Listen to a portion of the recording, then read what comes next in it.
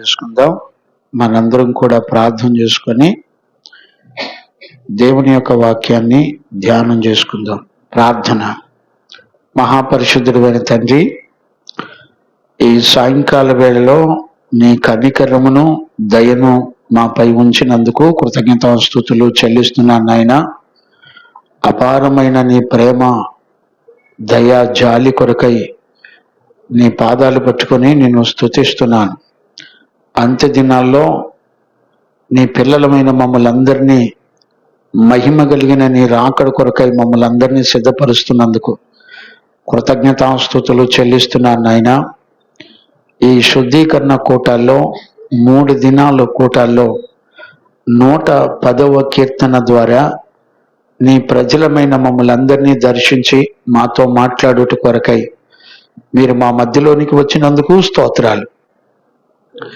వేవేల దూతల చేత నిత్యము ఆరాధించబడుతూ ఘనపరచబడుతున్న తండ్రి, నీ ఎదుట మేము సాగిలపడి ప్రార్థిస్తున్నాము నాయన. గ్రహించుకోవడానికి మాకు మంచి హృదయాన్ని దయచేయండి. మా మనోనేత్రాలు వెలిగించండి. నీ వాక్యము వెల్లడగు తోడనే చీకటి గల ప్రాంతాల్లో వెలిగించును అని లేఖనాలు రాయబడ్డాయి. ప్రభా, ప్రతి చీకటిని తరిమే నీ శక్తి కలిగిన వాక్కును మా కొరకై పంపి నీ ఆత్మను పంపి మమ్మల్ని అందరినీ దర్శిస్తున్నందుకు స్తోత్రాలు. వాక్యం అనేది మేమందరము నీ పిల్లలు నాయన. ఈరోజు రాత్రి మొదటి శుద్ధీకరణ కూటాల్లో మొదటి దినాన నీ ఆత్మను పంపి నీ బిడ్డలమైన మమ్మల్ని అందరినీ దర్శించి మాతో మాట్లాడుతున్నందుకు కృతజ్ఞతాస్తుతులు చెల్లిస్తూ యేసు నామంలో అడిగి పొంది ఉన్నాము తండ్రి, ఆమేన్. ప్రార్థన ఆలకించి అడిగినవన్నీ పొందుకునే భాగ్యమిచ్చి నడిపించిన యేసయ్యకు స్తోత్రము చేయదము. స్తోత్రం స్తోత్రం స్తోత్రం స్తోత్రం. తండ్రి, కుమార, పరిశుద్ధాత్మ దేవునికి స్తోత్రము చేయదము. స్తోత్రం స్తోత్రం స్తోత్రం స్తోత్రం స్తోత్రం. ఆమేన్. మంచిది నాన్న. మనందరం పరిశుద్ధ లేఖనాల్లో మనం దేవుని దగ్గర నేర్చుకుంటున్నాము. ఈరోజు ఈ శుద్ధీకరణ కూటాల్లో దేవుడు మనందరితో మాట్లాడుట కొరకై కీర్తనల పుస్తకము 110వ కీర్తన ద్వారా దేవుడు మనలందరినీ దర్శించటానికి ఇష్టపడుతున్నటువంటి సమయం. మనందరం కూడా ప్రభు దగ్గర చక్కగా నేర్చుకుందాం. చూడండి, 110వ కీర్తన మొదటి వచనం నుండి మనం చదువుకుందాం. ఆ వాక్యాన్ని చూద్దాం. 110వ కీర్తన మొదటి వచనం నుంచి 7 వచనాల వరకు చదువుకుందాం. 7 వచనాల్లో ఉన్న సంగతులను మనం చక్కగా నేర్చుకుందాం. చదువునానా?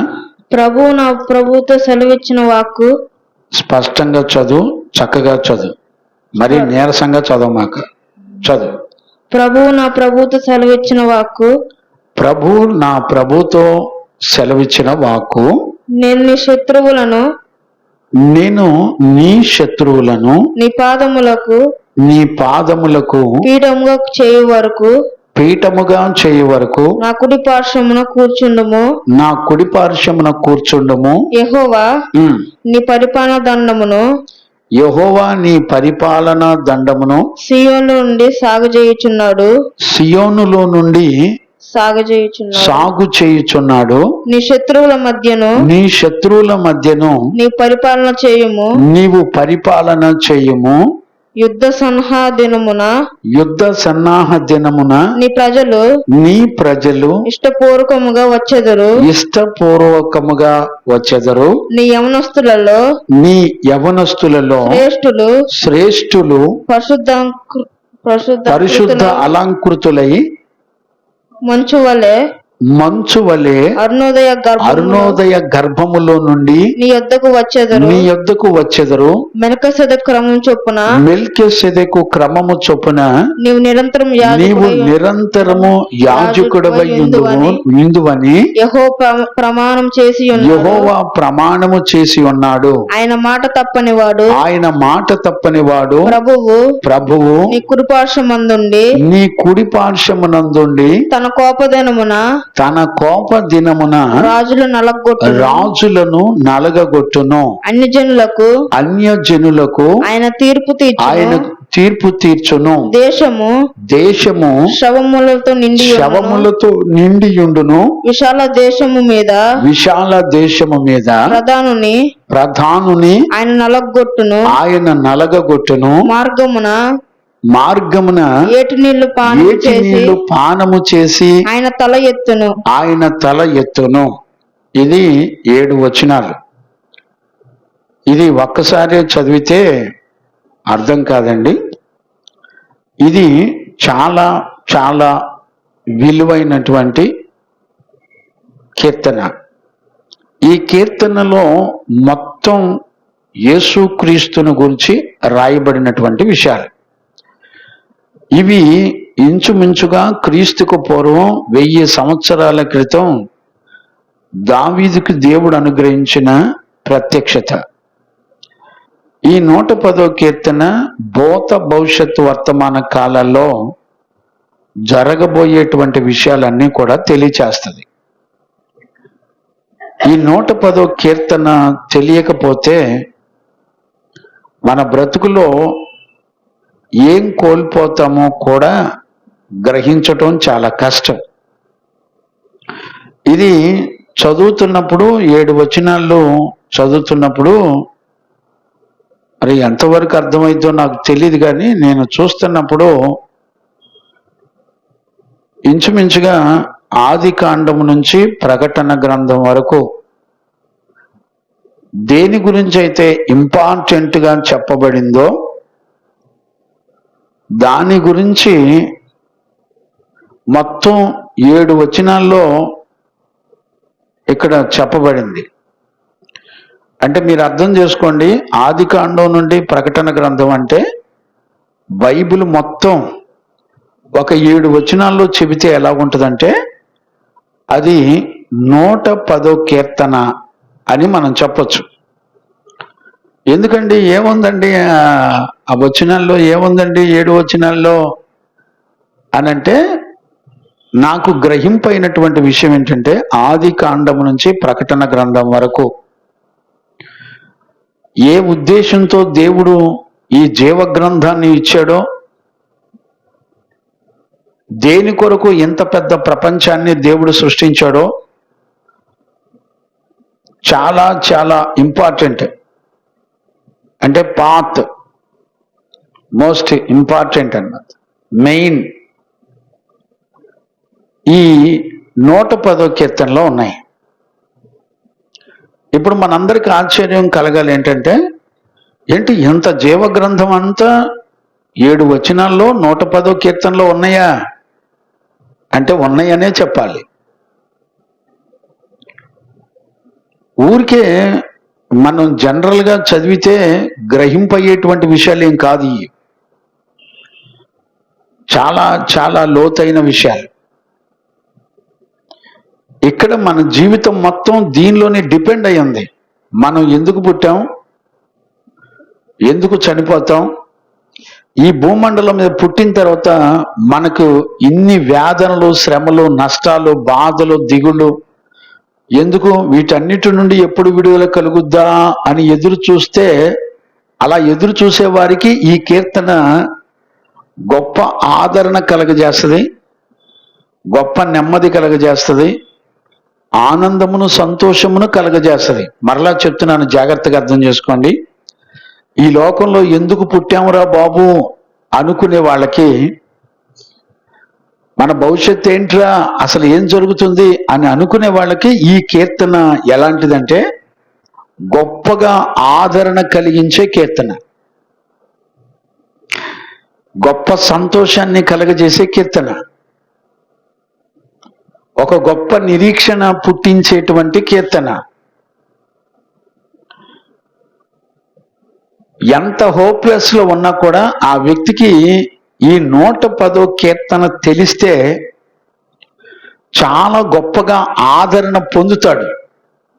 తన కన్నీళ్లు తొడవబడే కాలం వస్తుందని, యుగయుగాలు కూడా ఎంతో సంతోషించే ఒక శ్రేష్టమైన సంగతులను గూర్చి ఈ 110వ కీర్తనలో రాయబడ్డాయి. చదువుతున్నప్పుడు చాలా చాలా కొంచెం సింపుల్గా ఉన్నట్టు అనిపిస్తుంది, కొంచెం హార్డ్గా ఉన్నట్టుగా కూడా అనిపిస్తుంది. కానీ ఈ 7 వచనాలు మనందరం నేర్చుకున్న తర్వాత దేవుడు నన్ను ఎంత ప్రేమించి ఈ వాక్యం ద్వారా నాతో మాట్లాడుతున్నాడు అనేది స్పష్టంగా అర్థమవుతుంది. మళ్ళా చెప్తున్నాను, జ్ఞానంగా అర్థం చేసుకోండి.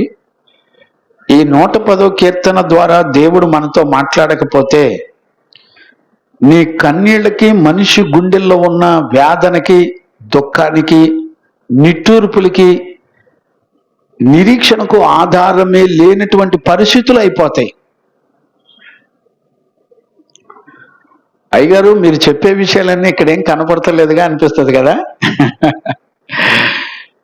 ఇది చాలా చాలా శ్రేష్టమైన కీర్తన. మీరు అర్థం చేసుకోండి, ఆదికాండం నుంచి ప్రకటన గ్రంథం వరకు ఉన్నటువంటి అసలు ఇంపార్టెంట్ విషయాలు దేని కొరకంటే ఈ 110వ కీర్తన 7 వచనాల్లో ఉన్నాయి మొత్తం. అంటే 7 వచనాలు చదివితే నీకు బైబిల్ అంతా ఏ ఉద్దేశంతో నడిపించబడుతుంది, ఈ ఇంత పెద్ద ప్రపంచం ఎవరి సంకల్పం చొప్పున నడిపించబడుతుంది అనేటువంటి విషయాలు, అంటే ఇంచుమించుగా భూత భవిష్యత్ వర్తమాన కాలాలు మొత్తం తెలిసిపోద్ది. దేవుడు నిజంగా ఈ శుద్ధీకరణ కోటల్లో మనల్ని ఎంత ప్రేమించి మాట్లాడుతున్నాడో స్పష్టంగా అర్థమైపోద్ది. ఈరోజు రాత్రి ఈ విషయాలు మాట్లాడడానికి నేను ఎంత ధన్యున్నో అనుకుంటున్నాను. నన్ను, నా బిడ్డల్ని ప్రేమించి, నా గ్రామ ప్రజలను ప్రేమించి దేవుని దయ భవిష్యత్తు గురించినటువంటి సంగతులు మనతో మాట్లాడుతుంది. నేనంటాను, శ్రమలో దుఃఖంలో ఉన్న వాళ్ళకి ఇది చాలా గొప్ప ఆదరణ కలిగించి, ఆనందాన్ని కలిగించి, గొప్ప నిరీక్షణ కలిగించేటువంటి కీర్తన ఇది. విశేషం ఏంటో చెప్పనా, ఈ 110వ కీర్తనలో ఉన్న వచనాలు మొత్తం ప్రవచనాలే. మీరు గుర్తుపట్టండి, ఈ కీర్తనలో ఉన్న వచనాలు మొత్తం ప్రవచనాలే. ఈ ప్రవచనాలు 110వ కీర్తనలో ఉన్న ప్రవచనాలు కొత్త నిబంధనలో అన్నిటికంటే ఎక్కువ సార్లు రాయబడింది. అంటే పరిశుద్ధులంతా కూడా, అపోస్తులంతా కూడా, యేసు ప్రభు దగ్గర నుంచి అపోస్తుల వరకు ఈ 110వ కీర్తనలో ఉన్నటువంటి ప్రవచన వాక్యాలు ఎక్కువ సార్లు, నేను నెక్స్ట్ క్లాస్లో ఎక్కడెక్కడ ఏ ప్రవచనాలు గురించి, ఈ 110వ కీర్తనలో ఉన్న ప్రవచనాల గురించి ఎన్నిసార్లు రాయబడిందో నేను చెప్తాను రేపు నెక్స్ట్ సెక్షన్లో. ఈరోజు ఈ 7 అధ్యాయాల్లో ఉన్నటువంటి ఇంట్రడక్షన్ అంతా కూడా మనం అసలు ఇక్కడ ఏం జరుగుతుందనేటువంటి విషయాలు మనం నేర్చుకోవాలి. దేవునికి మహిమ కలుగును గాక. మన ప్రభు అయిన యేసయ్యకు మహిమ, ఘనత, ప్రభావములు కలుగును గాక. మనందరికీ బాగా గుర్తుండేది ఏంటో తెలిసిన, 53 యెషయా 53 అంతా కూడా యేసు క్రీస్తుని గురించిన సంగతులు ఉంటాయి. 22వ కీర్తన కానివ్వండి, 16 కానివ్వండి, ఇలా చెప్పుకుంటూ వెళ్తే కొన్ని కీర్తనలు, కొన్ని అధ్యాయాలు ఎస్పెషల్లీ కేవలం యేసు క్రీస్తును గురించి చెప్పేటువంటి విషయాలే ఉంటాయి. అందులో అన్నిటికంటే మొదటిగా ఈ 110వ కీర్తన 7 వచనాలు మొత్తం యేసుక్రీస్తును గురించినటువంటి విషయాలే ఉంటాయి. ఇప్పుడు మనందరం చెప్పుకునే మాటలు ఏంటంటే యేసుక్రీస్తును గురించినటువంటి విషయాలే ఉంటాయి అని చెప్పుకుంటున్నాం. ఇప్పుడు ఈ కీర్తనలో మొదటి 3 వచనాలు యేసుక్రీస్తును ఒక రాజుగా చూపిస్తుంది. 4వ వచనంలో ఆయన మనకు మెల్కీసెదెకు క్రమము చొప్పున నిరంతరమైన యాజకుడుగా దేవుని యొక్క వాక్యం చూపిస్తుంది. ఈ 110వ కీర్తనలో 5వ వచనం నుంచి 7వ వచనం వరకు ఆయన వారియర్ అంటే యుద్ధ శూరుడు, యోధుడు, సైన్యములకు అధిపతిగా చూపించబడతాడు. అంటే 7 వచనాల్లో ఈ 3 రకాల విషయాలు ఉన్నాయి. మరలా చెప్తున్నాను చూడండి. 110వ కీర్తన 1వ వచనం నుంచి 3 వచనాల వరకు యేసుక్రీస్తు రాజులకు రాజు, ప్రభువులకు ప్రభువు అని ఆయన రాజ్యము భూమండలం మీద స్థాపించబోతున్నాడు అనేటువంటి విషయాలు ఈ 3 వచనాల్లో చెప్పబడ్డాయి.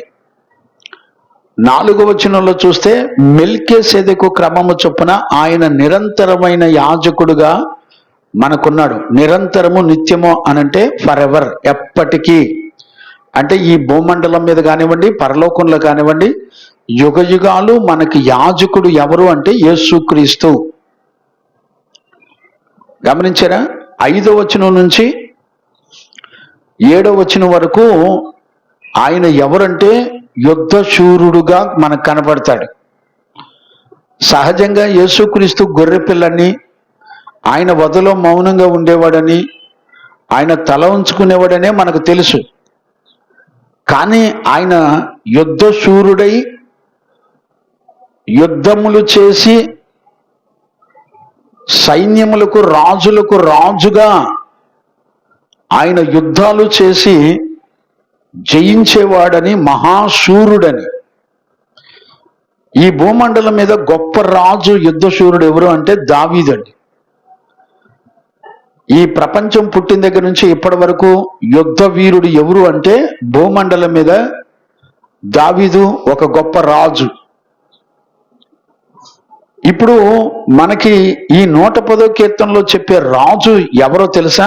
ఆయన సైన్యములకు అధిపతియగు రాజు. ఇప్పుడు రాజు అంటే ఎవరికి రాజు? ప్రజలందరికీ రాజు. ఇప్పుడు ఈ రాజు ఎవరో ఏంటో, ఎవరి గురించి ఈ విషయాలు చెప్పబడ్డాయో, ఈ విషయాలన్నీ మనం ఈ కీర్తనలో చూడొచ్చు. సుమారు క్రీస్తు పూర్వం 1000 సంవత్సరాల పూర్వం ప్రవచించబడింది ఈ కీర్తన. మీకు ఒక విషయాన్ని నేను చెప్పాలి. దావీదు ఒక ప్రవక్త. ఇప్పుడు ఆ ప్రవక్తకి దేవుడు భవిష్యత్తులో జరగబోయే విషయాన్ని చూపించి మాట్లాడినప్పుడు దావీదు నమ్మాడండి. ఈరోజు మన జీవితంలో దేవుని చేత పలుకబడిన యెహోవా వాక్కుల విషయంలో మనం అపనమ్మకస్తులుగా ఉండకుండా చాలా జాగ్రత్తగా చూసుకోవాలి. ఇప్పుడు నిన్ను సృష్టించిన నీ దేవుని మాటలే నువ్వు నమ్మలేకపోతే మనంత దౌర్భాగ్యుడు ఎవరు ఉండరండి. జాగ్రత్తగా అర్థం చేసుకోండి. మనంత దౌర్భాగ్యుడు ఎవరు ఉండడు.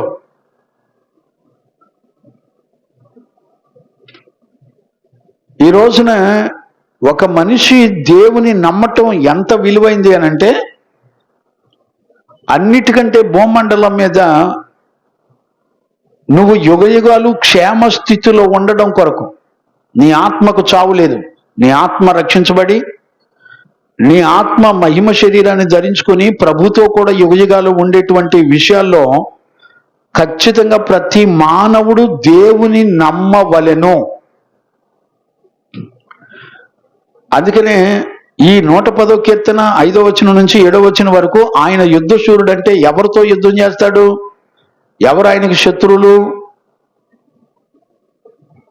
ఇప్పుడు ఈ పాఠంలో మనం అన్ని వరుసనే నేర్చుకుంటూ వస్తాం. మనం నేర్చుకోబోయే విషయాలన్నీ కూడా స్పష్టంగా చూడగలిగితే చాలా చాలా ఆశ్చర్యం వేస్తుంది. ఎవరు ఎవరితో మాట్లాడుతున్నారు, ఏ విషయాల కొరకు దేవుడు మాట్లాడుతున్నాడు అనేది చాలా చాలా ప్రాముఖ్యమైనటువంటి విషయం. ఈరోజు నిజంగా మనం ఎంతో ధన్యులమని యేసుక్రీస్తు నామములో నేను చెప్తున్నాను. నేను చూడండి, ఈ కీర్తన మళ్ళొకసారి ఈ మొదటి 3 వచనాలు మనం జాగ్రత్తగా చదువుకుందాం. ప్రభు నా ప్రభువుతో సెలవిచ్చిన వాక్కు. ఇప్పుడు చూడండి, ఈ ప్రారంభ వచనంలోనే చాలా చాలా జాగ్రత్తగా మనం నేర్చుకోవలసినటువంటి విషయాలు ఉన్నాయి.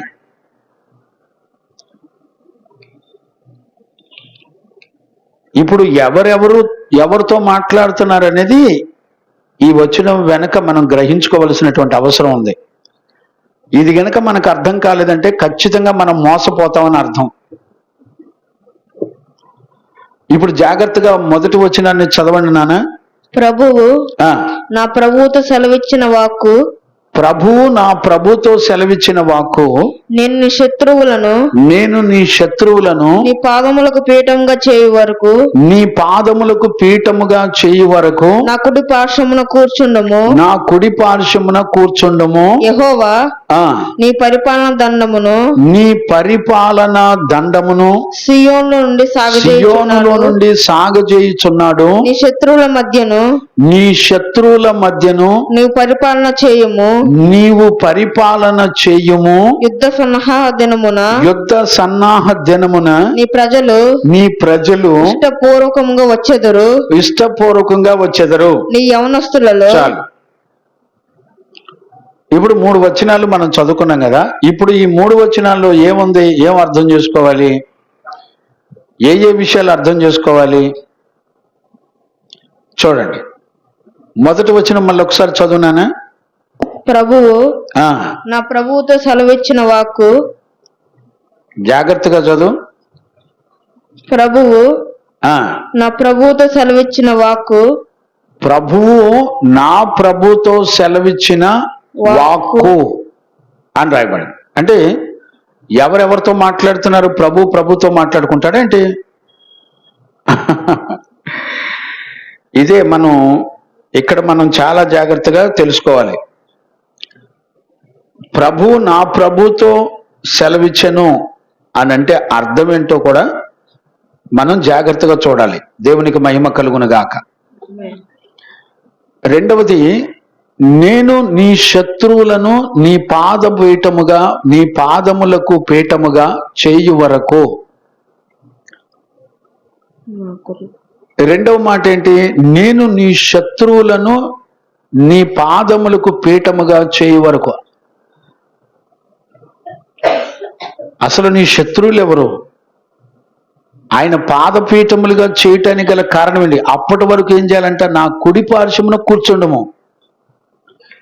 ఈ విషయాలు ఎవరెవరితో చెప్తున్నారు అనేది ఇక్కడ చాలా జాగ్రత్తగా మనం గ్రహించాలి. 2వ వచనం, యెహోవా నీ పరిపాలన దండము సియోను నుండి సాగజేయుచున్నాడు. యెహోవా అంట పరిపాలిస్తాడంట.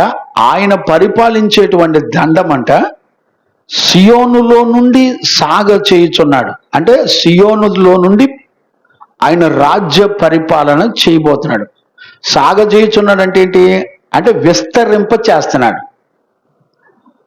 నీ శత్రువుల మధ్యను నీవు పరిపాలన చేయము. అంటే ఎవరు పరిపాలన చేస్తారు? యెహోవాయే పరిపాలన చేస్తాడంట. ఎవరి మధ్యలో? శత్రువుల మధ్యలో. ఇది 2వ వచనం. 3వ వచనంలో ఏమనుంది? యుద్ధ సన్నాహ దినమున నీ ప్రజలు ఇష్టపూర్వకంగా నీ యొద్దకు వచ్చెదరు. నీ యవ్వనస్తులు శ్రేష్ఠులై పరిశుద్ధాలంకృతులై మంచు వలె అరుణోదయ గర్భములో నుండి నీ యొద్దకు వచ్చేది. చూడండి, ఈ రాజు దగ్గరికి ఈయన పరిపాలన చేసేటప్పుడు అంట యవ్వనస్తులు పరిశుద్ధ అలంకృతులై పరిశుద్ధులై ఆయన దగ్గరికి అనేక మంది ప్రజలు వస్తారంట. ఇది 3 వచనాల్లో ఉన్న సంగతి. ఇప్పుడు ఒక్కొక్క వచనంలో ఉన్నటువంటి విషయాలని మనం చక్కగా చూడండి. ఇందులో మొట్టమొదట అసలు మనం చూడవలసింది ఎవరు అంటే యెహోవా ఎవరు అనేది మనకు తెలియాలి. రెండవది, ఎవరి కొరకు దేవుడు ఎవరితో మాట్లాడుతున్నాడు అనేది తెలియాలి. ఈ రెండు తెలిస్తే మిగతాయి మనం చక్కగా సరి చేసుకోవచ్చు. అంటే అక్కడ ఏం జరుగుతుందో మనకి స్పష్టంగా అర్థమైంది. ఇప్పుడు చూడండి, ఇక్కడ మనం మొదటి వచనాన్ని మనం మళ్ళొకసారి చదువునానా? ప్రభువు నా ప్రభువుతో సెలవిచ్చిన వాక్కు, ప్రభువు నా ప్రభువుతో సెలవిచ్చిన వాక్కు, నేను నీ శత్రువులను ఇక్కడ చూడండి, రెండవ వచనం ప్రారంభంలో ఏమని రాశాడంటే యెహోవా అని రాశాడు. ఎప్పుడు కూడా కీర్తనలు కానీ వాక్యం కానీ ఏది మాట్లాడినా ముందల ఫస్ట్ పేరు ఎవరిది ఉంటుందంటే యెహోవా ఈ మాటలు చెప్తున్నాడు అని ఉంటుంది. దైవజనుడు ఈ మాటలు చెప్తున్నాడు అని ఉండదు. యెహోవా ఈ మాటలు చెప్తున్నాడు అని రాయబడి ఉంటుంది మనం గమనించినట్లయితే. ఇప్పుడు నేనేమంటానంటే తర్జుమా చేసేటప్పుడు ప్రభు నా ప్రభుతో సెలవిచ్చిన వాక్కు అని రాయబడింది, కానీ కరెక్ట్ కాదు. యెహోవా నా ప్రభుతో సెలవిచ్చిన వాక్కు అని ఉండాలి. ఇంగ్లీష్లో అలానే ఉంటది. మరలా చెప్తున్నాను, జ్ఞానంగా అర్థం చేసుకోండి. యెహోవా అని ప్రారంభం అవ్వాలి అక్కడ పేరు. యెహోవా ఎవరితో చెప్తున్నాడు? నా ప్రభుతో. అంటే ఎవరు? ఇంగ్లీష్లో కానీ హిబ్రూలో కానీ ఇందులో ఏమని ఉంటుందంటే ఎడోనాయ్. యెహోవా అంటే యావే. ఇక్కడ పదాలు రాసేటప్పుడు అక్కడ రాయబడిన మాట ఏంటంటే యెహోవా అని ప్రారంభించి యావే చెప్తున్న వాక్కు. ఏమని చెప్తున్నాడు? ఎడోనాయితో చెప్తున్నాడు. ఎడోనాయ్ అంటే ఎవరు? యేసుక్రీస్తు. ఇక్కడ ప్రభు అంటే ఆ మాటకు అర్థం ఏంటి? ప్రభు అనంటే అధికారము కలిగిన వాడు, పరిపాలన చేయువాడు, గొప్పవాడు, మహోన్నతుడు, ఉన్నతమైన వాడు అని అర్థాలు. ఎడోనాయ్ అంటే పరిపాలించువాడు అని అర్థం. ఇప్పుడు యెహోవా ఎవరితో చెప్తున్నాడు? యెహోవా తన ప్రభువుతో చెప్తున్నాడు. ఏమని చెప్తున్నాడు? ప్రభువు అంటే దేవుడు. చూడండి, ఇప్పుడు ఈ మాటను దావీదుకు దేవుడు చెప్పినప్పుడు దేవుడు చెప్పిన మాటని దావీదుకి ఎలా అర్థమై ఉంటది? దేవుడు దేవునితో చెప్పే మాట ఏంటంటే అనంటే దావీదుకి ఎంత అనుమానం రావాలి? దావీదు నమ్మగలడంటవా? ఇప్పుడు దావీదు ఈ విషయంలో గ్రహింపు లేకుండా దావీదు దేవుడు చెప్పింది చెప్పినట్టు రాసేస్తాడా? ఎవరు చెప్పినా ఆ చెప్పిన విషయాన్ని గ్రహింపు కలిగే విధంగా ఆ గ్రహింపు అయితే తప్ప రాయటానికి వీలుండదు. ఇప్పుడు చూడండి, త్రిత్వం యొక్క సంపూర్ణత ఇందులో ఉంది. మరలా చెప్తున్నాను, గుర్తుపెట్టుకోండి. ఇప్పుడు చాలా మంది దేవుడు యేసుక్రీస్తు చిన్న దేవుడు, యెహోవా పెద్ద దేవుడు, యెహోవా కుమారుని కన్నాడు, ఆయనే యేసుక్రీస్తు అని అనుకుంటున్నారు. కానీ దావీదుకి దేవుడిచ్చిన ప్రత్యక్షత ఏంటో తెలిసిన? యెహోవా నా ప్రభుతో సెలవిచ్చిన మాట ఏమనగా, యెహోవా నా ప్రభుతో సెలవిచ్చిన వాక్కు ఏమనగా. చూడండి, వాక్కు యెహోవా నా ప్రభుతో. చూడండి, ఈ పదాలన్నిటిని మనం చూస్తే ఇప్పుడు దావీదుకి ఏం తెలుసు అంటే త్రిత్వమయున్న దేవుడు తెలుసు. మరలా చెప్తున్నాను, జాగ్రత్తగా అర్థం చేసుకోండి. ఒక విషయాన్ని ఎవరైనా చెప్తున్నప్పుడు అది అర్థం కాకుండా ఎట్టబడితే అట్ట వినరు. ఇప్పుడు దావీదుకు దేవుడు ఒక విషయాన్ని చెప్పి మాట్లాడుతున్నప్పుడు దావీదుకి ఎంత స్పష్టంగా అర్థమైందో చూడండి. అందుకనే కొత్త నిబంధనలో ఈ 110 కీర్తనలో ఉన్న ఈ 7 వచనాలు, ప్రవచనాలు ఎక్కువ సార్లు రిమైండ్ చేయబడ్డాయి, గుర్తు చేయబడ్డాయి. యేసు ప్రభువే గుర్తు చేస్తూ వచ్చాడు ఆయన. మీరు గుర్తుపడతానంటే చూడండి ఆయన ఏమని మాట్లాడాడో. మత్తయి సువార్త 22వ అధ్యాయం 44 నుంచి చదువునాను, లేకపోతే మత్తయి సువార్త 22:44. నీవు నా కుడిపార్శ్వమున కూర్చుండుమని నీవు నా కుడి పార్శ్వమున కూర్చుండుమని ప్రభువు నా ప్రభువుతో చెప్పెనని దావీదు ఆయనను ప్రభువని ఆత్మ వలన ఎలాగో చెప్పుచున్నాడు. ఆత్మ వలన ఎలాగో చెప్తున్నాడు. చూడండి, దావీదు ఈ 110వ కీర్తన రాసేటప్పుడు దావీదు పరిశుద్ధాత్మ వలన రాశాడంట ఈ సంగతులు. అంటే దావీదుకి ఆత్మ ప్రత్యక్షపరిచిన సంగతులు గ్రహింపైంది. ఈ రోజుల్లో చాలా మంది జీవితంలో దేవుని యొక్క ప్రత్యక్షత, లేకపోతే దేవుడు మాట్లాడిన విషయాలు మనకు గ్రహింపు కావాలంటే ఖచ్చితంగా పరిశుద్ధాత్ముడు సహాయం చేస్తే తప్ప దేవుని యొక్క వాక్యం అర్థం కాదు. ఇప్పుడు క్రీస్తు పూర్వం 1000 సంవత్సరాల క్రితం ఇక్కడ భూమండలం మీద జరగబోయే విషయాలు దావీదుతో దేవుడు మాట్లాడేటప్పుడు నా ప్రభుతో సెలవిచ్చిన వాక్కు ఏమనగా అని మాట్లాడితే ప్రభు ఎవరు, ఇంకొక ప్రభు ఎవరు అని కన్ఫ్యూజ్ అవ్వడండి దావీదు. ఖచ్చితంగా కన్ఫ్యూజ్ అవుతాడు. విషయం ఏంటి చెప్పనా? దావీదుకి దేవుడు త్రిత్వమయ్యున్న దేవుడని దావీదుకి ఆ రోజుల్లోనే అర్థమైంది. క్రీస్తు పూర్వం 1000 సంవత్సరాల క్రితమే దావీదుతో దేవుడు ఆ త్రిత్వమయ్యున్న దేవుని గురించి ప్రత్యక్షపరచబడింది.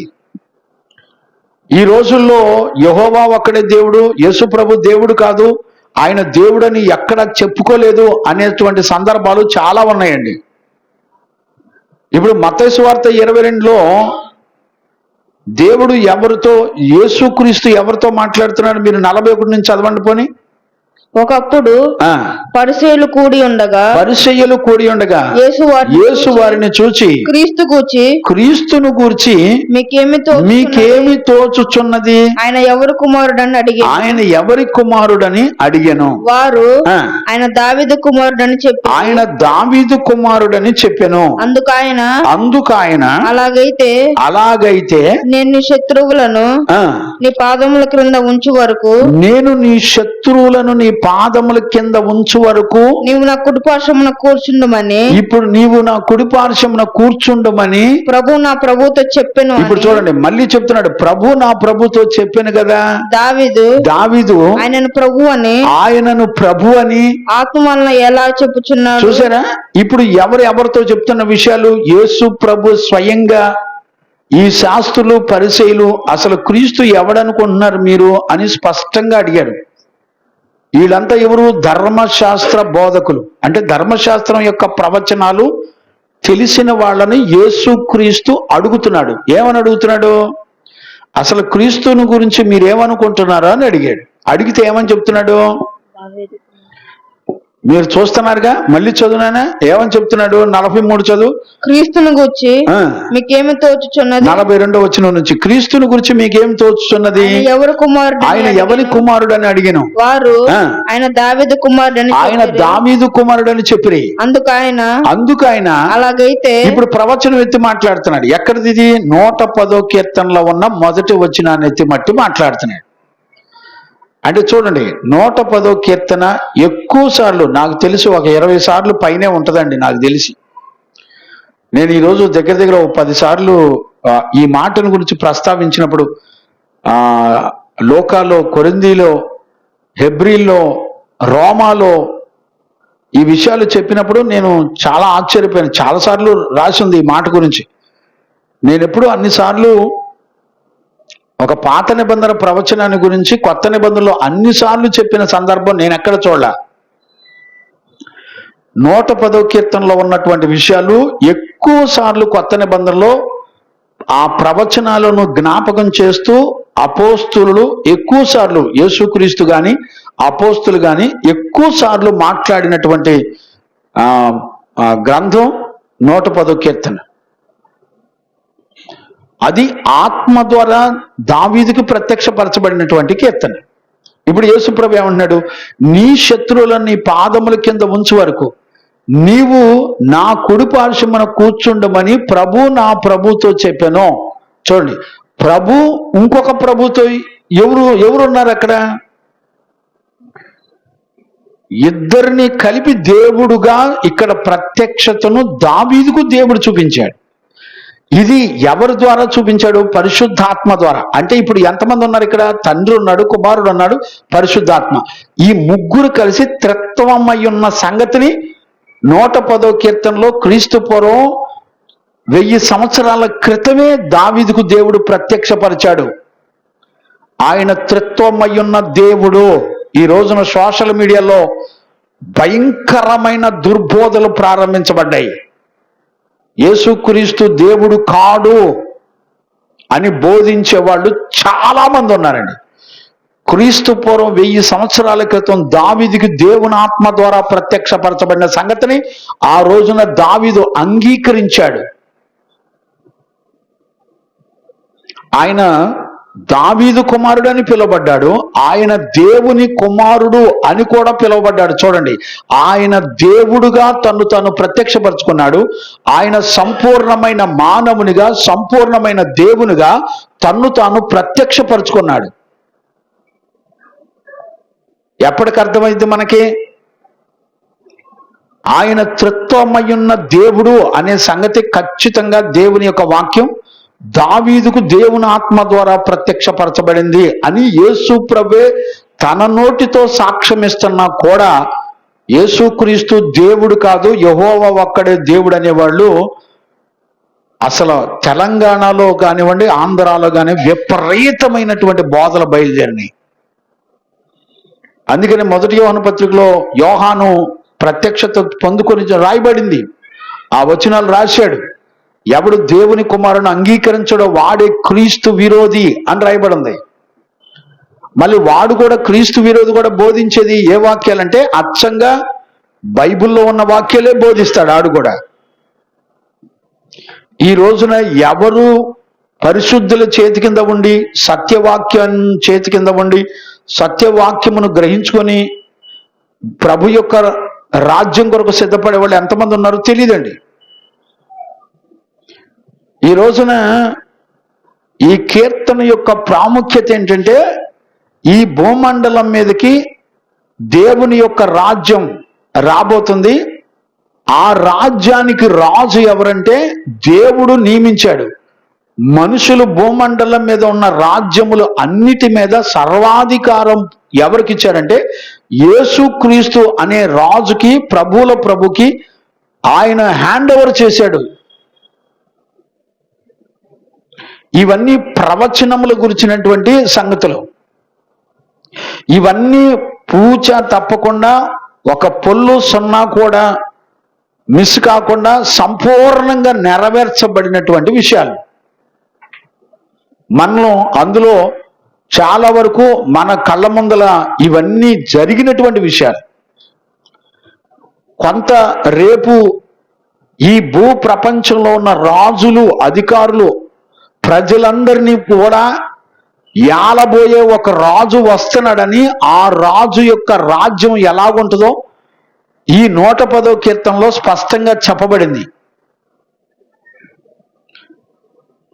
ఆది కాండము నుంచి ప్రకటన గ్రంథం వరకు చెప్పబడిన విషయాలు మొత్తంలో ఏముందంటే దేవుని రాజ్యం రాబోతుంది.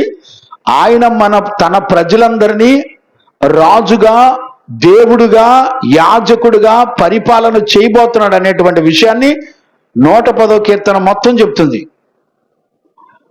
బైబిల్ అంతా చదివితే ఉద్దేశం అంతా ఏంటి? ఆయన దేవుడు తన రాజ్యాన్ని, తన నీతి గల దేవుని రాజ్యాన్ని, దేవుడు సంకల్పించిన ఆయన ఉద్దేశాన్ని, తన ప్రజల కొరకు సంకల్పించిన సంపూర్ణమైన దేవుని చిత్తానుసారమైన రాజ్యం ఒకటి రాబోతుంది. ఆ రాజ్యం కొరకు మనందరం సిద్ధపడాలనే విషయాన్ని చెప్పేదే బైబిల్, ఆది కాండం నుంచి ప్రకటన గ్రంథం వరకు. ఇప్పుడు ఆ విషయాలన్నీ ఎక్కడ రాయబడి ఉన్నాయి? 110వ కీర్తన 7 వచనాల్లో ఉన్నాయి. దేవునికి మహిమ కలుగును గాక. Praise the lord. ఇప్పుడు చూడండి, ఆయన సంపూర్ణమైన మానవుడు, దేవుడు అనేటువంటి సంగతి రోమాపత్రిక 1వ అధ్యాయము 5వ వచనంలో చదవన్నానా? రోమాపత్రిక 1వ అధ్యాయము 5వ వచనం చదవన్నానా? దేవుడు తన కుమారుడును మన ప్రభువైన యేసుక్రీస్తు విషయమైన ఆ సువార్తను పరిశుద్ధ లేఖనముల యందు తన ప్రవక్త ద్వారా ముందు వాగ్దానము చేసెను. యేసుక్రీస్తు శరీరమును బట్టి దావీదు సంతానముగాను. ఇప్పుడు చూడండి, యేసుక్రీస్తు శరీరమును బట్టి దావీదు సంతానముగాను, మృతులలో నుండి పునరుద్ధానుడైనందున పరిశుద్ధమైన ఆత్మను బట్టి దేవుని కుమారుడుగాను. చూడండి, దావీదు కుమారుడుగా, దేవుని కుమారుడుగా, శరీరమును బట్టేమో దావీదు కుమారుడుగా పుట్టాడు, ఆత్మను బట్టేమో దేవుని కుమారుడుగా ప్రత్యక్షపరచబడ్డాడు. గమనించారా? ఆయన ఎవరు అంటే ఉన్నవాడు అనువాడు. చాలా చాలా జాగ్రత్తగా ఈ విషయాలు మనకు అర్థం కావాలి. ఇప్పుడు ఆయన దావీదు కుమారుడు ప్లస్ దేవుని కుమారుడు, అంటే సంపూర్ణమైన మానవుడు, సంపూర్ణమైన దేవుడు.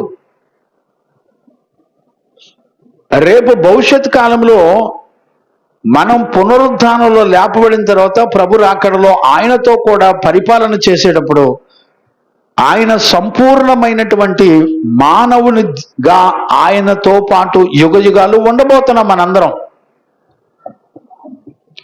ఎందుకంటే యెహోవా ఎవరు అనంటే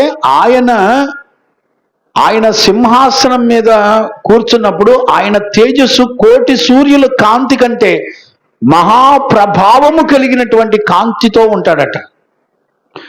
ఆ కాంతిని ఎలా రాయాలో అర్థం కాక ధవళవర్ణుడు అని రాశాడు. ఆ కాంతిని, ఆ తేజస్సును విలువ కట్టి మనం చూడగలిగిన సామర్థ్యం ప్రపంచంలో ఏ శరీరం కూడా ఉండదండి. ఒకవేళ రేపు పునరుద్ధానంలో మహిమ శరీరాన్ని ధరించుకున్నా కూడా ఆయన చూడగలిగేటువంటి సామర్థ్యం ఉండదు. అందుకనే యేసుక్రీస్తు సంపూర్ణమై మహిమ కలిగిన మానవుడుగా ఆయన తన్ను తాను మనతో యుగయుగాలు ఉండేటట్టుగా తన్ను తాను తగ్గించుకున్నాడు ఆయన. దేవునికి మహిమ కలుగును గాక. Praise the lord.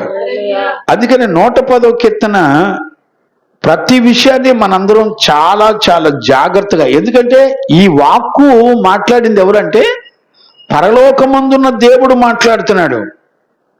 ఈ విషయాలు మనుషులు కాదు. నేను ఒక విషయం చెప్పనా?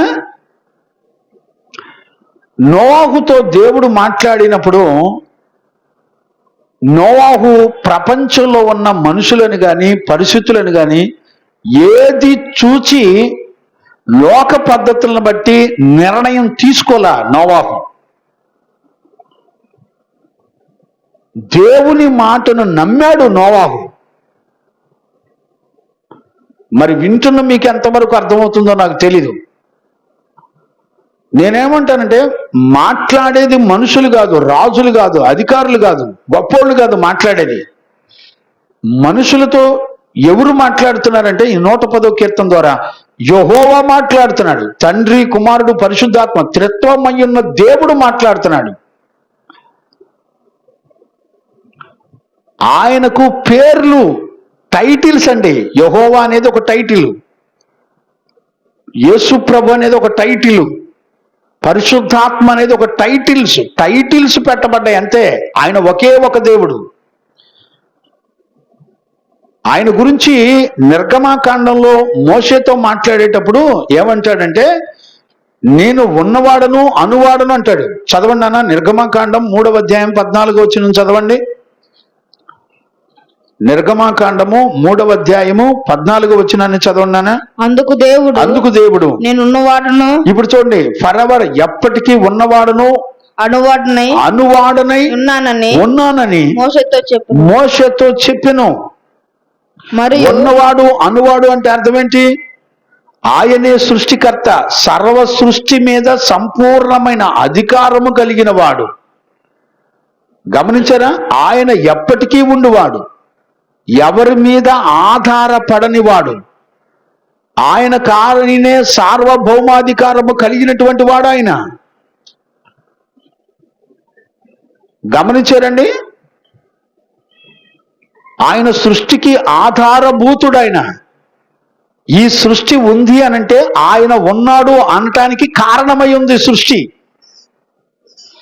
ఈ సమస్త సృష్టి మీద సంపూర్ణమైన అధికారం కలిగిన వాడు, మనలందరినీ సృష్టించిన సృష్టికర్త.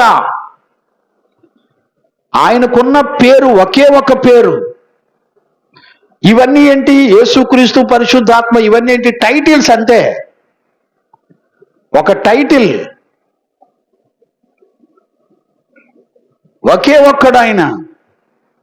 ఆయన లాంటి కనికరం కలిగిన దేవుడు, దీర్ఘశాంతము కలిగిన దేవుడు, కృపా సత్యములు కలిగిన దేవుడు, ఆయన లాంటి దేవుడు మరి ఎవ్వరూ లేరు అని చెప్పబడుతుంది. జాగ్రత్తగా అర్థం చేసుకోండి. దేవునికి మహిమ కలుగును గాక. అందుకనే ఈ సృష్టికర్త మాట్లాడేటప్పుడు మనందరం కేర్ఫుల్గా అండర్స్టాండింగ్తో మాట్లాడాలి, మాట వినాలి. జనరల్గా తీసుకునే మాటలు కాదు ఇవి. ఆయన ఏమంటున్నాడంటే, ఈ 110వ కీర్తన మొదటి వచనంలో ఏమంటున్నాడు? ఆయన యెహోవా చేత రాజుగా నియమించబడి తన కుమారుడిని పంపుతున్నాడు. ఆయన భూ ప్రపంచంలో ఉన్న ప్రజలందరికీ, రాజులందరికీ రాజుల రాజు అయి ఉన్నాడు అని వాక్యం చెప్తుంది. దేవునికి మహిమ కలుగును గాక. Praise the lord. ఇందులో ఈ మొదటి వచనంలో, మొదటి మాటలో 3 విషయాలు ఉన్నాయి. మొదటి వచనంలో ఏంటి అయ్యి? చూడండి, యెహోవా ఎడోనాయితో మాట్లాడేటువంటి మాట, అంటే యెహోవా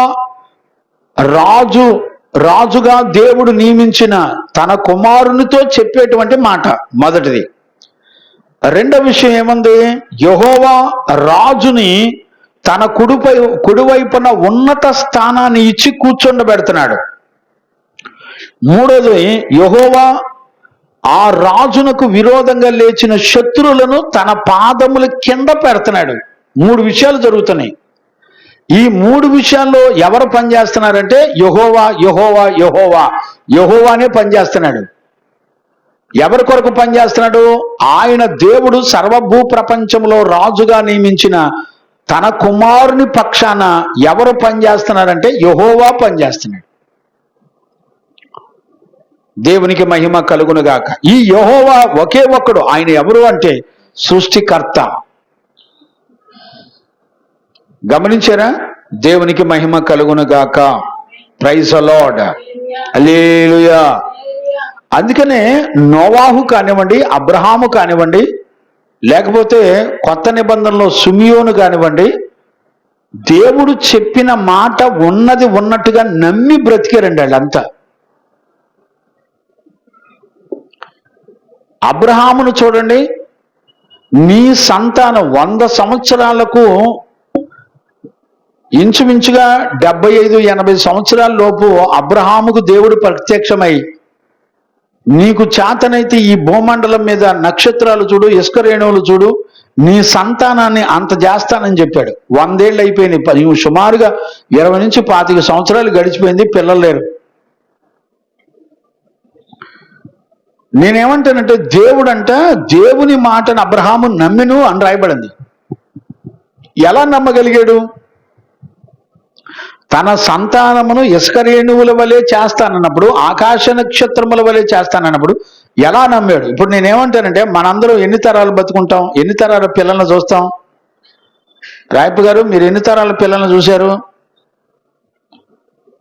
ఇప్పుడు నీ కొడుకు మనవణ్ణి, వాళ్ళ పిల్లల్ని, అంటే 3 తరాలు. ముది మనవళ్ళను కూడా చూడగలిగితే 3 తరాలు మనిషి బతుకుంటే. అబ్రహాము ఎలా నమ్మగలిగాడు? నీ సంతానం ఇసుక రేణువుల వలె ఆకాశ నక్షత్రం, అంటే అన్ని తరాల ప్రజలను అబ్రహాము చూస్తాడని నమ్మాడా? మన నమ్మకానికి అబ్రహాము నమ్మకానికి తేడా అదే. నోవాహు అది వరకు ఎన్నడూ చూడనటువంటి వర్షమును, నీటిని, జలప్రళయమును చూడకుండానే నమ్మాడంట. దేవుడు చెప్పిన మాట నమ్మాడు. ఈ రోజున ప్రపంచంలో విశ్వాసుల దగ్గర నుంచి, దైవజనుల దగ్గర నుంచి ఎవరినన్నా చూడండి, దేవుడు చెప్పిన మాట నమ్మేవాడు ఎవడు లేడు. దేవుడు చెప్పిన మాట నమ్మి విశ్వసించి ఎదురు చూసేవాళ్ళు ఎవరు లేరు.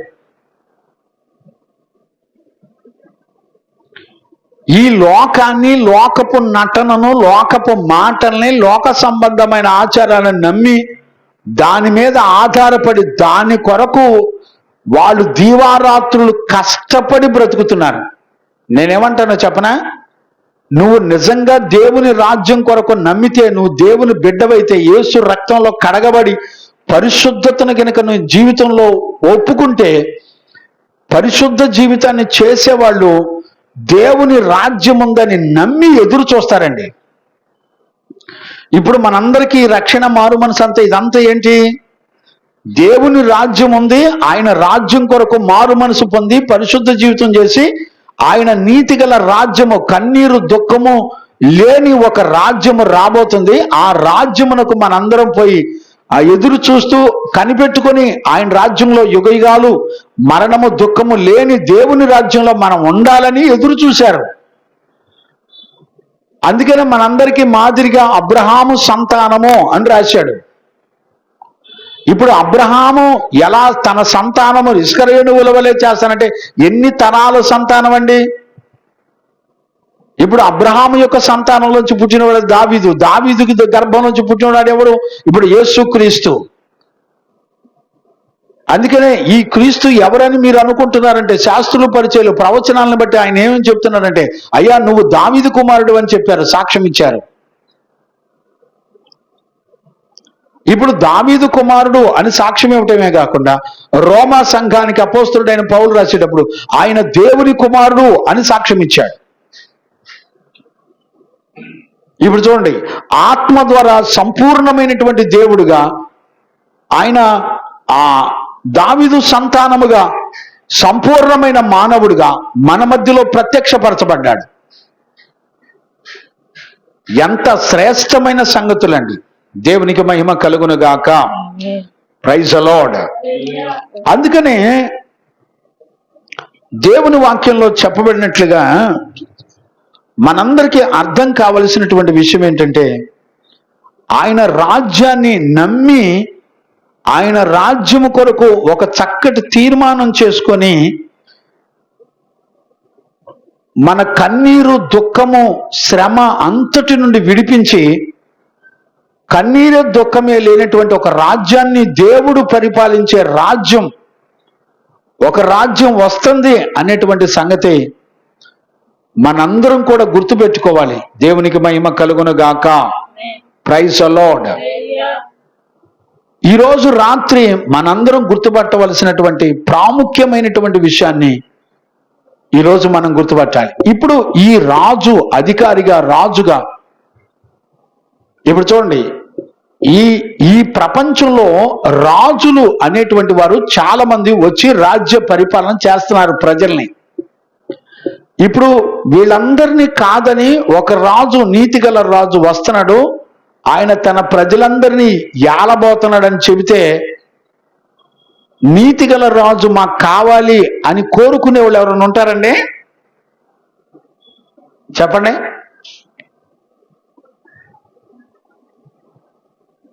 ఏముంది? నేను ఒక విషయాన్ని, నేను దానియేలు యొక్క ప్రవచనాన్ని గురించి నాన్న సార్ అమ్మాయి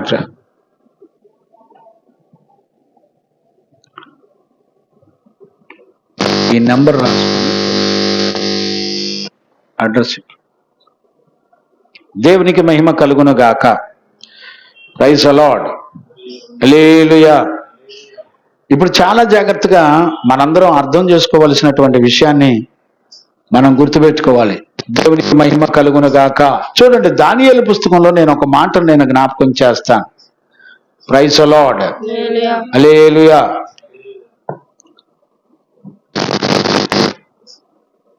చూడండి నాన్న, 2వ అధ్యాయం 44-45 వచనాలు జాగ్రత్తగా మీరు చూడండి.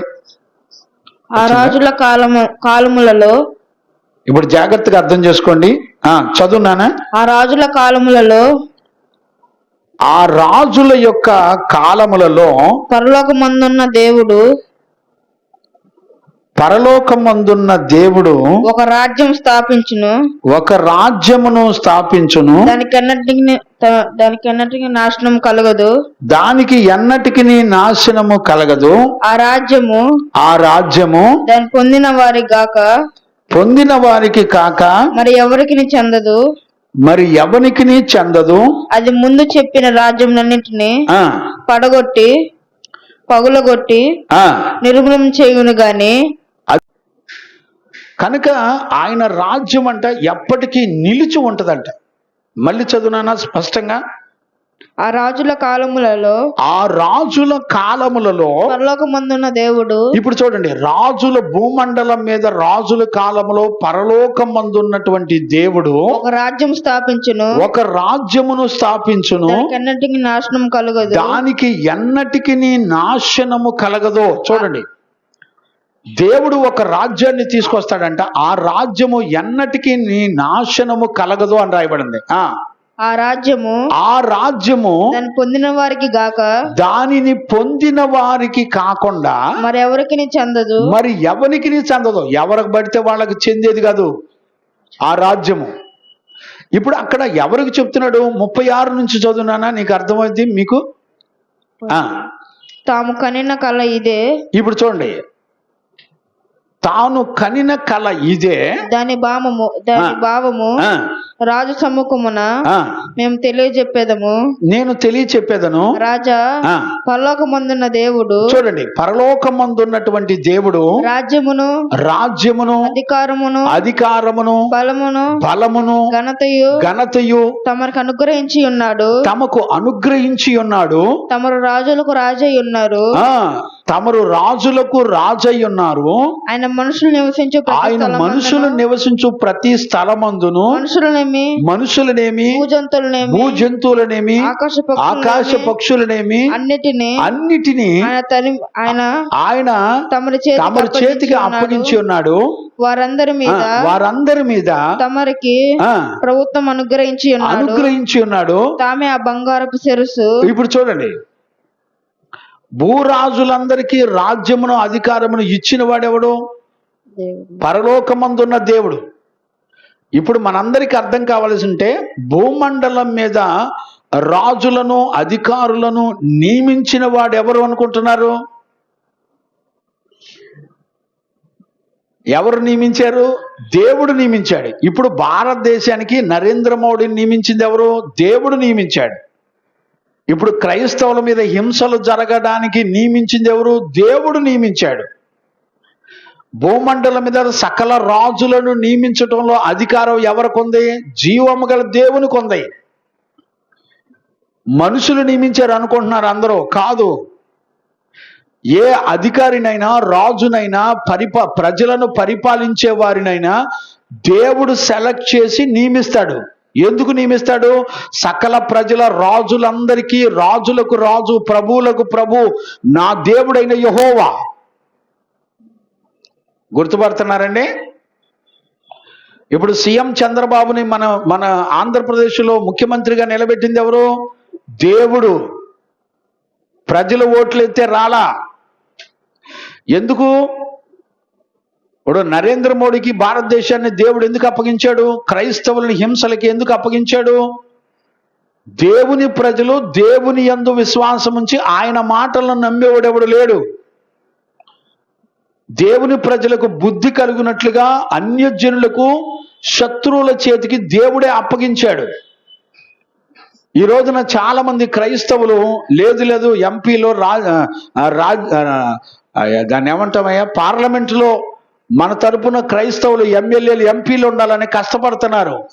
వాళ్ళకి తెలీదు, వాక్యం తెలీదు. వాక్యం ఏమని చెప్తుందంటే భూమండలం మీద రాజులనైనా అధికారులైనా ఎవరినైనా సరే నియమించేది ఎవరంటే దేవుడే. ప్రజలు అనుకుంటే నియమించబడుతున్నారని భ్రమపడమాకండి. ఒక పక్క ప్రజలు దేవుని ఉగ్రతకు అప్పగించబడుతున్నారు, అది ఎవరికి అర్థం కావట్లా. దేవునికి మహిమ కలుగునుగాక. Praise the lord. అందుకనే నెబుకద్నెజర్ రాజు దగ్గరికి వచ్చినప్పుడు దేవుడు మాట్లాడే మాటలు మీరు చూడండి. నెబుకద్నెజర్ రాజు దగ్గరికి రండి, అక్కడే దానియేలు పుస్తకం 4వ అధ్యాయంలో మీరు చదవండి. 28 నుంచి చదువునానా. అయితే మర్మములను బయలుపరచగల దేవుడొకడు పరలోకమందున్నాడు. మర్మములను బయలుపరచగలిగిన దేవుడు పరలోకమందున్నాడు. అంత్య దినముల యందు కలగబోవు దానిని ఆయన రాజుకు నెబుకద్నెజరుకు తెలియజేసెను. జరగబోయే దానిని రాజుకు నెబుకద్నెజరుకు తెలియజేసెను. ఏమని? తాము పడకల మీద పరుండగా తాము మనసులో కలిగిన స్వప్న దర్శనములు ఏమనగా రాజా, ప్రస్తుత కాలము గడిచిన పిమ్మట ఏమి జరుగును అనుకొని తమ పడక మీద పరుండి మనోచింత గలవారై ఉండగా మర్మములను బయలుపరచువాడు కలగబోయేటువంటి దానిని తమరికి తెలియజేసెను. ఇతరుల మనుషులందరికంటే నాకు విశేష జ్ఞానం ఉండట వలన ఈ మర్మము నాకు బయలుపరచబడలేదు. రాజునకు దాని భావమును తెలియజేయు నిమిత్తము 32 చదువునానా. ఆ ప్రతిమ యొక్క శిరస్సు చూడండి 30వ వచనం నుంచి చదువునానా. ఇతర మనుషులు అందరికంటే నాకు విశేష జ్ఞానం ఉండట వలన ఈ మర్మము నాకు బయలుపరచబడలేదు. రాజునకు దాని భావమును తెలియజేయ నిమిత్తము తమరి మనసు యొక్క ఆలోచనలు తాము తెలుసుకో నిమిత్తమును అది నాకు బయలుపరచబడెను. రాజా తాము చూచుండగా బ్రహ్మాండము ఒక ప్రతిమ ఒకటి కనబడును కదా. ఈ గొప్ప ప్రతిమ చదువుతున్నా 31 రైట్. 32 కంటిన్యూ చేయి. ఆ ప్రతిమ యొక్క శిరస్సు మేలిమి బంగారమైనది, దాని కొమ్ములు భుజములను వెండివనియు, దాని ఉదరము తొడలను ఇత్తడవనియు, దాని మోకాళ్ళు ఇనుపమనియు, దాని పాదములలో ఒక భాగము ఇనుపదియు ఒక భాగము మట్టిదనై ఉండెను.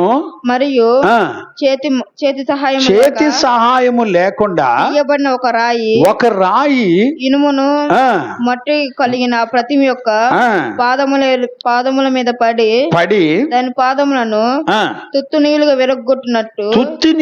విరగొట్టినట్లు కనబడును కదా.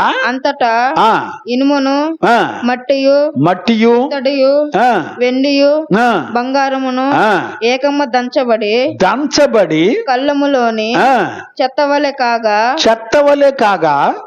వాటికి స్థలము ఎచ్చటను దొరకకుండా గాలి వాటిని కొట్టుకొని పోయెను. ప్రతిమ విడగొట్టిన ఆ రాయి సర్వభూమి అంతటా మహాపర్వతమాయెను. చూడండి, సర్వభూమి అంతా మహాపర్వతం లాగా అయిపోయిందంట. దేవుని రాజ్యం వచ్చి ఏం చేస్తుందంట? మానవుల రాజ్యములన్నిటినీ విరగొట్టి తుత్తినీలుగా చేసేస్తుంది.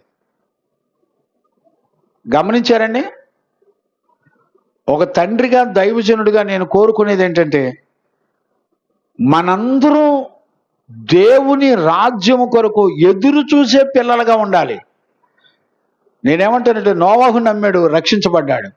అబ్రహాము నమ్మాడు, తన సంతానాన్ని కాపాడుకున్నాడు. సుమియోను నమ్మాడు, ప్రభువు వచ్చే వరకు నువ్వు చావవు అని చెప్పాడు సుమియోనుతో. సున్నతి పొందటానికి యేసుక్రీస్తుని బాలుడుగా తీసుకొచ్చినప్పుడు ఆయనను చూసిన తర్వాత సుమియోను దేవుని రాజ్యానికి కొనుపోబడ్డాడు. ఇంతకు ఇదంతా ఏంటి అనంటే మనకు దేవుని రాజ్యం అనేది మనకు ఇవ్వబడింది. మానవుల రాజ్యముల మీద అన్నిటి మీద అధికారం కలిగిన తన ప్రియుడైన కుమారుని చేతికి ఈ మానవుల రాజ్యం అన్నిటినీ తీసుకెళ్లి దేవుడు అప్పగించాడు. ఆయన రాజ్యం ఇప్పుడు రాబోతుంది. ఎవడైతే ఆయన రాజ్యమును నమ్మి ఎదురు చూస్తూ ఉంటాడో వాడు ఖచ్చితంగా నరకం నుండి తప్పించబడి యుగ యుగాలు తండ్రితో కూడా ఉండబోతున్నారు. అంటే ఇప్పుడు ఈ 110వ కీర్తన మనకు తెలియటం వల్ల మనకి ఉన్న ఆశీర్వాదం ఏంటి అందులో అనంటే, మనకు ఒక రాజ్యమును దేవుడు ఆయన నీతి న్యాయములు జరిగించే ఒక నీతి గల రాజుగా మన ప్రభువులకు ప్రభు రాబోతున్నాడు. ఆయన వచ్చి పరిపాలన చేయబోతున్నాడు. అది నమ్మి విశ్వాసంతో ఉండి ఎదురు చూసేవాళ్ళు ఖచ్చితంగా ప్రభుని ఎదుర్కొంటారు. అలాంటి కృప యేసయ్య మనందరికి అనుగ్రహించి కాపాడి రక్షించును గాక. ఆమేన్. ప్రార్థన చేసుకుందాం. ప్రార్థన. మహాపరిశుద్ధుడైన మా కన్న తండ్రి, ఈ శుద్ధీకరణ కూటాలు మొదటి దినాన 110వ కీర్తనలో ఉన్న సంపూర్ణమైన సంగతులను గురించి స్పష్టంగా మీరు మాతో మాట్లాడుతూ వచ్చినందుకు స్తోత్రాలు. నీ వాక్కును ఆత్మను పంపి మొదటి వచనంలో ఉన్నటువంటి విషయాలను 7 వచనాల్లో ఉన్న సంపూర్ణమైన సంగతులను మా నాయన ఏవే విషయాల కొరకు రాయబడ్డాయో ఈ 110వ కీర్తన అంతా కూడా మీరు మమ్మల్ని దర్శించి మాతో మాట్లాడినందుకు కృతజ్ఞతాస్తుతులు చెల్లిస్తూ యేసు నామములో అడిగి పొంది ఉన్నాము తండ్రి. ఆమేన్. ప్రార్థన ఆలకించి అడిగినవన్నీ పొందుకునే భాగ్యమిచ్చి నడిపించిన యేసయ్యకు స్తోత్రము చేయుదమో. స్తోత్రం స్తోత్రం స్తోత్రం స్తోత్రం స్తోత్రం. తండ్రి కుమార పరిశుద్ధాత్మ దేవునికి స్తోత్రము చేయుదమో. స్తోత్రం స్తోత్రం స్తోత్రం స్తోత్రం స్తోత్రం స్తోత్రం. ఆమెన్. మన తండ్రి అయిన దేవుని నుండి మన ప్రభు అయిన యేసుక్రీస్తు నుండి పరిశుద్ధాత్మని యొక్క అన్యోన్య సహవాసము సన్నిధి సమాధానం విశ్వసించిన బిడ్డలకును సకల పరిశుద్ధులకును యేసయ్య కృపా సమాధానం మనందరికీ తోడైండి నడిపించును గాక. ఆమేన్. హల్లెలూయా హల్లెలూయా హల్లెలూయా. అందరికీ వందనాలు.